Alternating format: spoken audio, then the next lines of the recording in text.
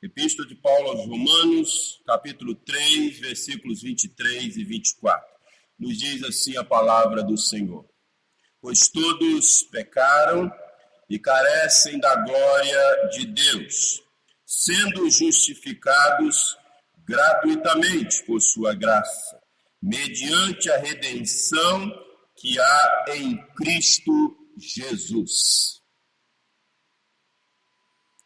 Vou pedir ao nosso irmão Walter Pacheco que esteja fazendo esta oração de iluminação. Oremos.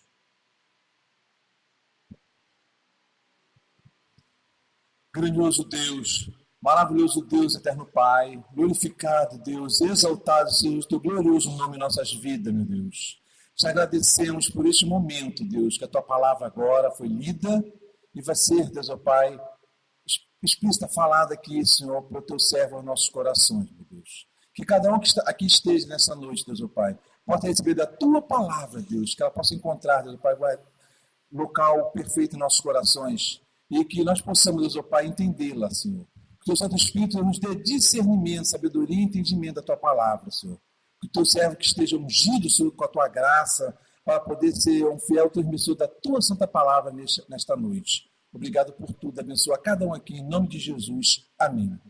Amém. Irmãos queridos, Paulo, em Romanos capítulo 1, versículo 18, até o capítulo 3, versículo 20, ele pinta aqui um quadro desalentador sobre a situação da humanidade diante de Deus. Seu propósito foi mostrar que a ira de Deus paira sobre absolutamente todos.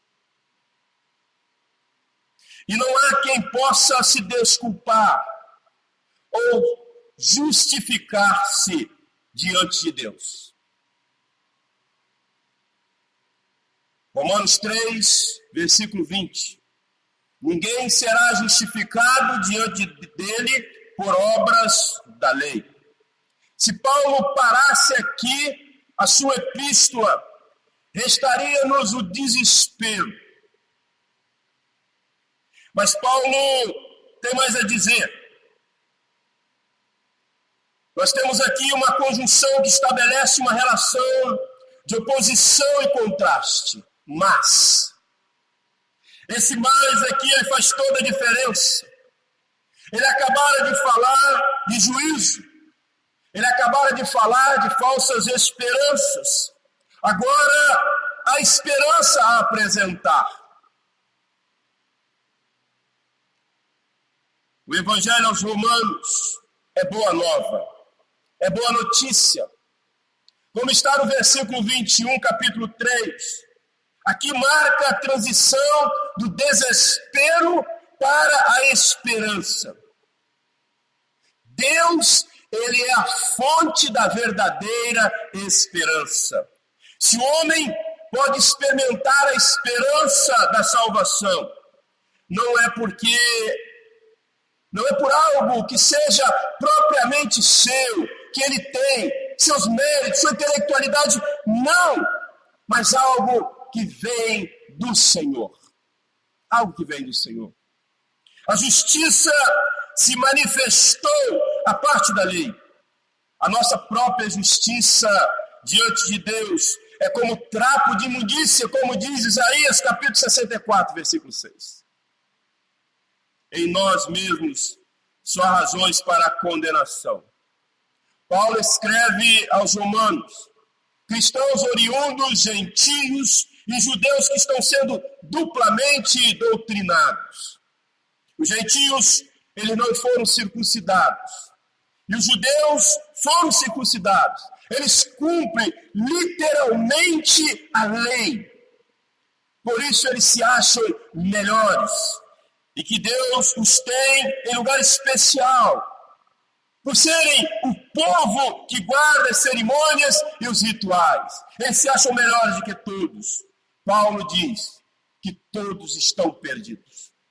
Todos carecem da glória de Deus. porque estão depravados, estão mortos em seus pecados e delitos. A lei que os judeus se escoram é agravante para eles e causa tormento para os gentios. Paulo está dizendo que Deus, por sua livre graça, chamou para si não os que guardam os ritos, não os que guardam a lei, não os que se acham na obrigação de nascer dentro da aliança na carne, mas sim os que, sem mérito, nascem da aliança no sangue de Cristo, no sangue do Cordeiro. Paulo quer dizer que os que estão dentro da igreja não estão porque nasceram em Israel, como concepções étnico-social. Não estão por serem escolhidos como melhores presunçosamente, mas por estarem debaixo da graça de Deus, do favor imerecido de Deus, naquele que é o escolhido de Deus. Os que estão debaixo da lei têm sobre si a sentença da lei. Os que estão debaixo do pecado têm a sentença merecida do perdão, pela graça de Deus que os alcança. Irmãos queridos, a razão da salvação, então, não é a lei, mas Cristo. E sem Cristo, os judeus estão condenados, quanto os gentios. São tão pecadores quanto. Todos estão condenados. Todos. Nenhum escapa, nenhum ser humano, se a graça de Deus não alcançá-los, se o favor de Deus não alcançá-los. Todos são pecadores e carecem da glória de Deus. Portanto, eu quero pensar com você justificados nesta noite. Justificados. Só que a cobrança sobre eles é ainda maior.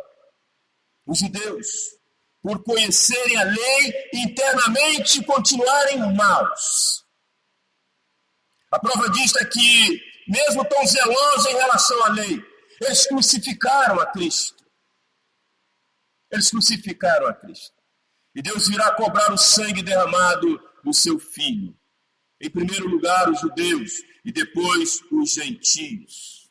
Mas o sangue derramado, que traz culpa total, também é o único argumento de perdão para que todos os seres humanos sejam nascidos de novo. Aqueles que foram nascidos em Adão, pecadores, agora em Cristo são nascidos de novo, são feitos novas criaturas. Em Adão, eles não sejam esmagados pela ira de Deus, pela graça que os alcança por meio do mediador Jesus Cristo, que enviou para restaurar esse pecador com Deus que os criou a sua imagem e semelhança. Imagem essa ofuscada, manchada pelo pecado. Agora em Cristo, restaurada, reconciliados com Deus mediante a fé. O sangue derramado nos purifica de todo pecado. Diante desse quadro, todos pecaram. Nenhum homem está excluído do pecado. A sua natureza é depravada. Ele é mau em sua essência, em sua natureza, e carece da glória de Deus. E por isto não tem acesso a Deus. Mas se o sangue de Cristo foi derramado em alguns pelo amor, eles estão livres do juízo. A razão, então, dos crentes estarem dentro da igreja é terem sido arrastados para dentro do plano de Deus em Cristo, pelo sacrifício de Jesus Cristo na cruz. A sua morte vicária o atraiu, o resgatou, o tirou do mundo e o trouxe para a igreja para ser membro dos outros, cujo cabeça é Jesus Cristo. Você foi atraído por essa graça, você foi arrebatado, arremessado por Ele, trazido por Ele, por meio dessa graça. Por isso, sola Cristo, somente por Cristo. Somente por Cristo podemos ter a redenção, ter a salvação. Somente através de Cristo. Quero então, irmãos, dentro deste texto, extrair 3 verdades em relação a esse texto. Justificados. 3 verdades. O pecado original afetou a todos os seres humanos, sem distinção. Observemos se Paulo diz enfaticamente aqui nesse versículo que acabamos de ler. Todos pecaram. O que ele quer dizer é que depois de Adão, toda a raça humana está terminantemente marcada para e pela sentença eterna. A afirmação disso vem do fato de que todos, sem exceção, terem que enfrentar a morte. Todos, sem exceção, vai enfrentar a morte. Há um conceito teológico que a igreja conheceu do século V, chamado pelagianismo. Eram ensinos de um conhecido expoente do contexto religioso, chamado Pelágio. Pelágio dizia que o pecado original não afetou totalmente a raça humana e que o homem pode sim responder a Deus para ser salvo. Ele diz ainda que o homem tem Adão como uma referência e que não precisa agir como ele. Na mente de Pelágio, cada ser humano paga por seus próprios erros diante de Deus e que Adão pagou pelos seus. Pelágio não reconhecia o pecado original, vendo-o na figura de Adão. Para ele, uma deixando de pecar, o homem simultaneamente seria salvo. Sendo assim, como diz Pelágio, a salvação era mérito por viver uma concepção moral. Mas Agostinho de Hipona contrapõe Pelágio. Combateu todos os conceitos de Pelágio e suas ideologias do livre-arbítrio para escolher sozinho ir a Deus. E chamou suas ideias de heresia. E assim, a igreja do século V entendeu que deveria se afastar dos ensinos pelagianos, pois eles eram uma espécie de deturpação da verdade, deturpação do evangelho. Um mal, a consciência das pessoas que poderiam se agarrar a estas concepções e se afastar do que a Bíblia detém como verdade, do que a Bíblia ensina como verdade, como está no versículo 23. Não há justo, nenhum sequer, pois todos pecaram e carecem da glória de Deus. O que Deus providencia para trazer esperança ao homem. Paulo revela a provisão divina. Esta provisão que se manifestou agora foi testemunhada pela lei e pelos profetas, como está no versículo 21. Nós olhamos, irmãos, e vemos que a forma escolhida por Deus para que o homem pecador fosse aceito diante dele. Essa forma é a sua graça, a graça dele, o amor dele, a misericórdia dele, que alcança o homem, regenera o homem e traz esse homem para que esse homem, com a imagem restaurada em Cristo, seja esse que tem vida eterna com ele. O cumprimento do plano da salvação é a concretização da mensagem do Antigo Testamento. Deus providenciou justiça, aquilo que nos faz aceitáveis diante de Deus. Portanto, com base na nossa própria justiça, o Senhor jamais nos aceitaria, porque não há justiça em nós. Nós estamos depravados, mortos, a nossa natureza é má, é perversa. A nossa natureza é a natureza que nos leva a caçar o próprio co-igual a nós, a matar o próprio co-igual a nós. Essa é a nossa, a minha, a sua natureza, sem a graça de Cristo agindo em nós. Por isso, é necessário que Ele mesmo providenciasse justiça para nós em Cristo Jesus. Esta justiça providenciada por Deus, ela é encontrada em Jesus Cristo, como está no versículo 22 e 25, desse texto que lemos. No seu sangue, menção à morte vicária de Cristo. É na morte vicária de Cristo que nós somos justificados, resgatados, remidos, lavados, purificados e restaurado em nós a imagem e semelhança de um Deus justo, puro e santo. É nele, na morte vicária, foi necessário que ele morresse em nosso favor. Na morte de Jesus Cristo, Deus o Pai está fazendo provisão de justiça para os pecadores, dos quais nós somos os piores, como diz Paulo. O pecado é uma marca universal da humanidade. Marca que não se pode apagar com nenhum esforço próprio, ato próprio. Não tem como nós nos achegarmos a Deus se não for por meio da sua graça.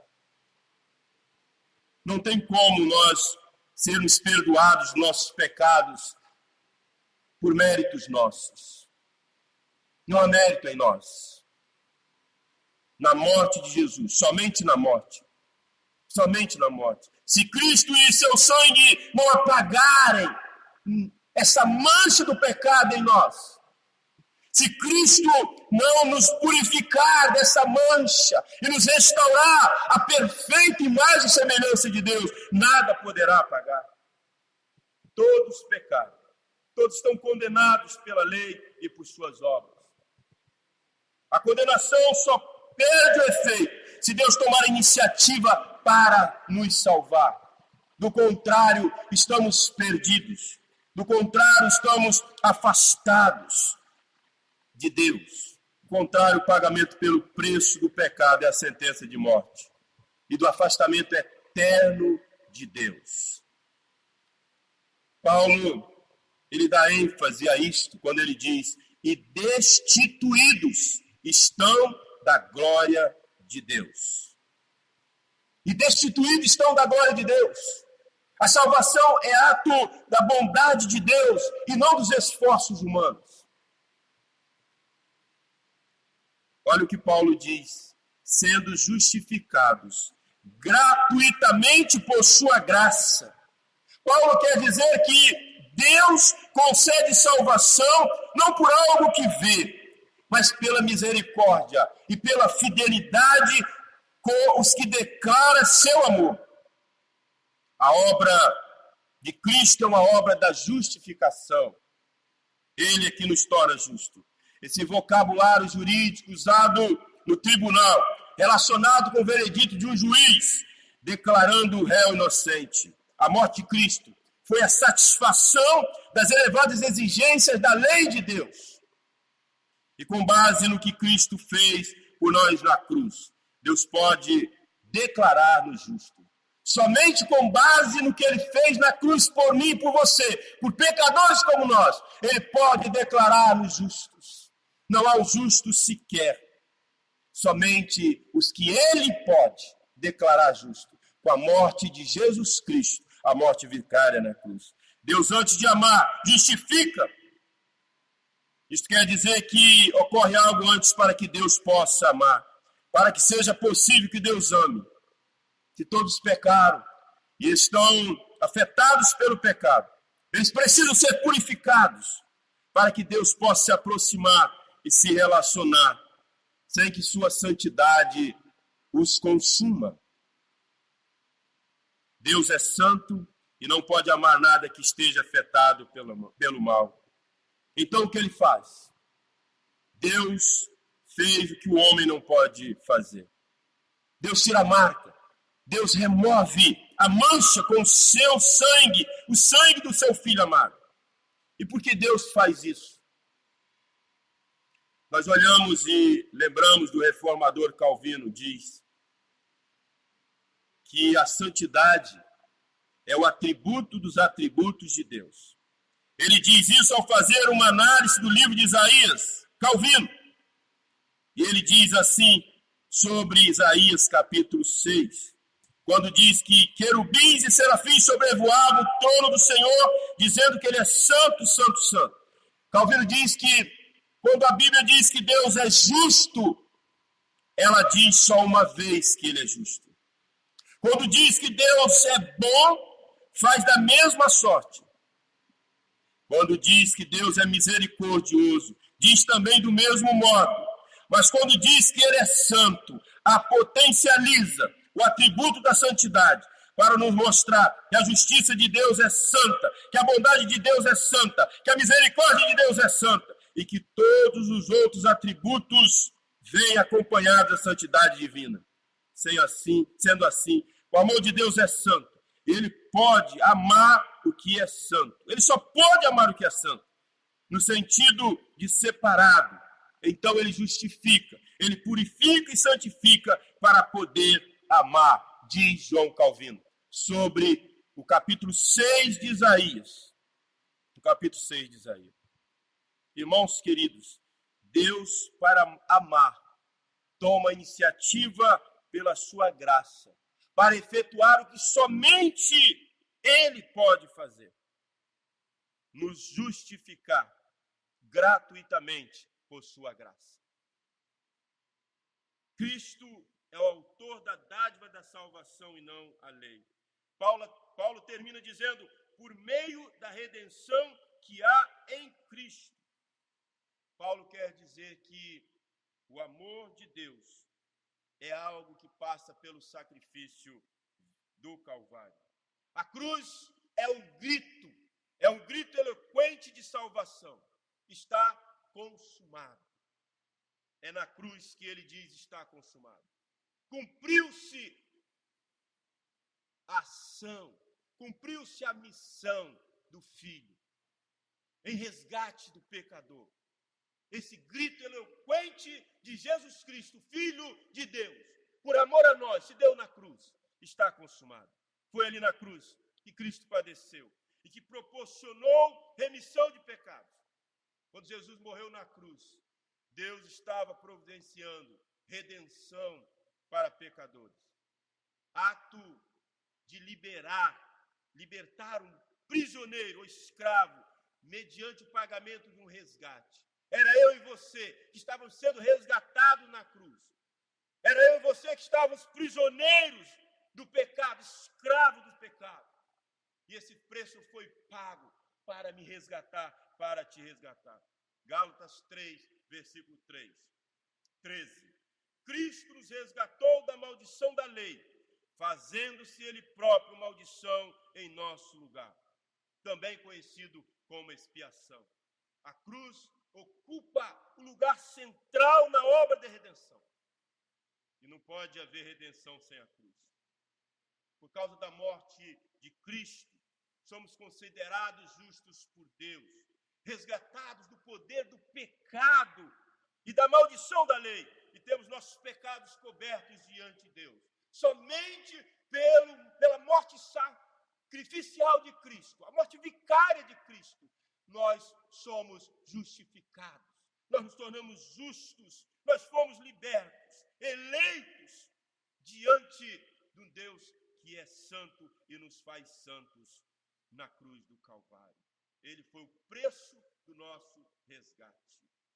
Queridos irmãos, quando Atos dos Apóstolos diz, no capítulo 4, versículo 12, e em nenhum outro há salvação, porque também abaixo do céu não existe nenhum outro nome dado entre os homens, pelo qual importa que sejamos salvos.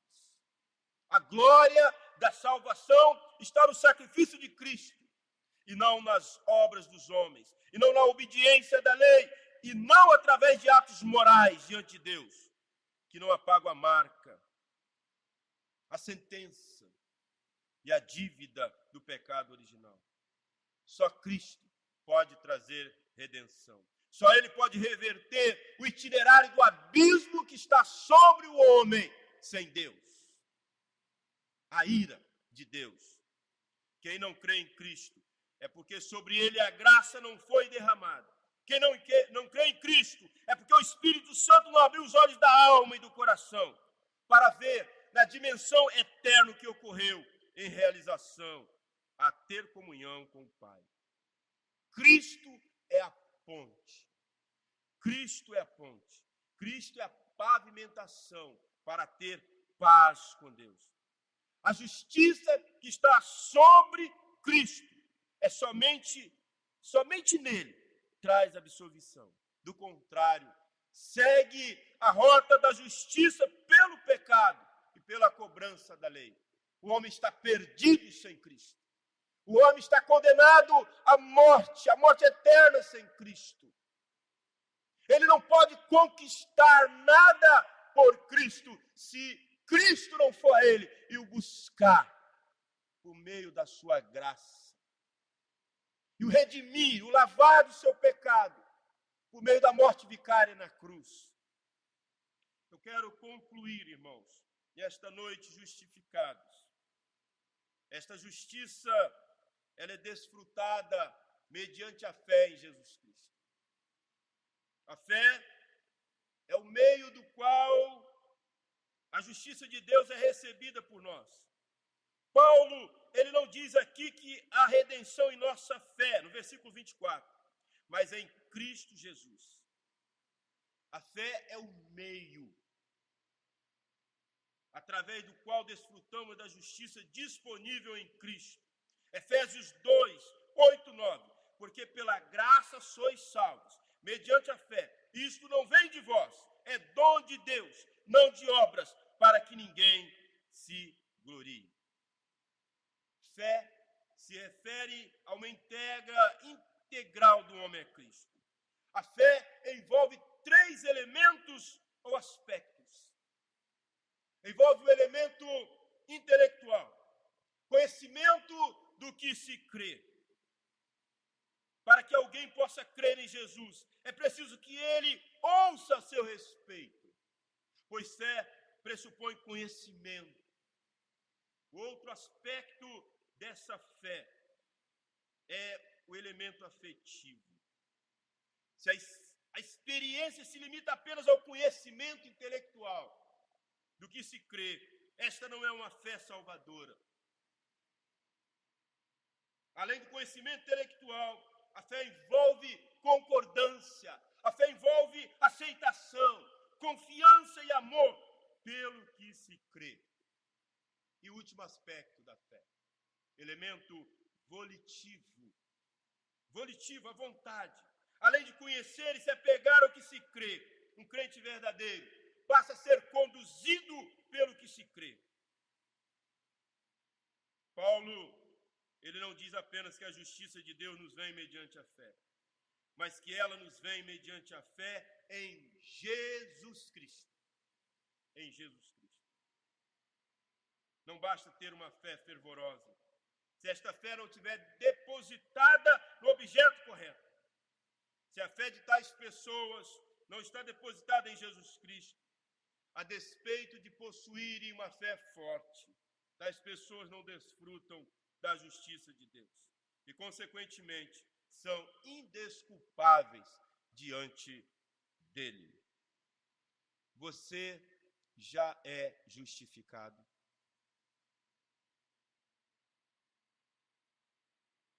A graça de Jesus Cristo já te alcançou. Você tem exercitado esses elementos da fé. Não basta eu ter conhecimento do que eu creio. Eu preciso crer.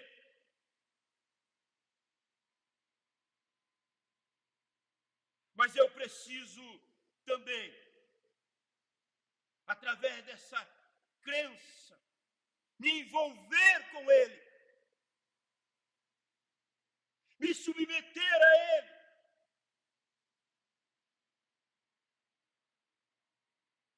Aceitar o seu reinado sobre mim. É confiar em seu amor.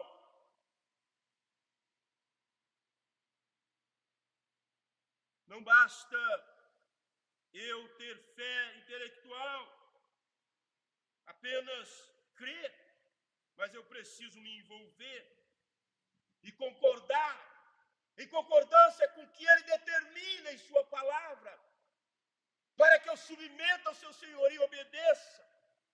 Mas também é preciso que, além de conhecer, eu me apegar de uma forma verdadeira e me deixar ser conduzido por Ele. Como diz o apóstolo Paulo em Gálatas, não sou eu quem vivo, mas Cristo vive em mim. Porque se minha vida não tem sido conduzida por Ele, se minha vida não está evidenciando a imagem e semelhança restaurada, eu posso até dizer que creio, mas ainda não fui verdadeiramente justificado.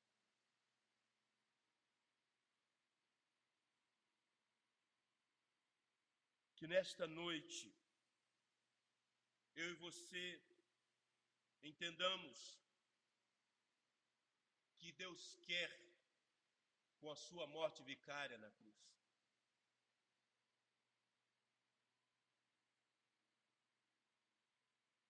Ele quer incluir pecadores como eu e você no plano eterno dele. E Ele continua. Ele continua indo atrás de pecadores como eu e você, para incluí-los no plano eterno dele.